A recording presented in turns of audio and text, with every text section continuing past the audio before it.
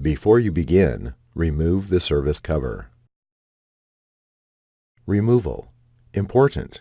Make careful note of which wireless LAN antenna cable is connected to each terminal on the wireless LAN module for later replacement. Carefully disconnect the wireless LAN antenna cables from the wireless LAN module by grasping the connectors with a small pair of needle nose pliers or tweezers.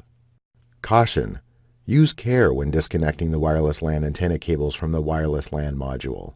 Damaged cables or connectors can degrade notebook performance. Remove the 2mm P1 Phillips head screw that secures the wireless LAN module to the system board and allow it to release to the spring tension position. Grasp the wireless LAN module by the edges and pull gently to remove it. Reverse this procedure to install the wireless LAN module. Important! When installing the wireless LAN module, be sure to align the notch in the wireless LAN module with the key in the wireless LAN module slot in the system board. Thanks for watching. Please click subscribe for more videos and weekly updates.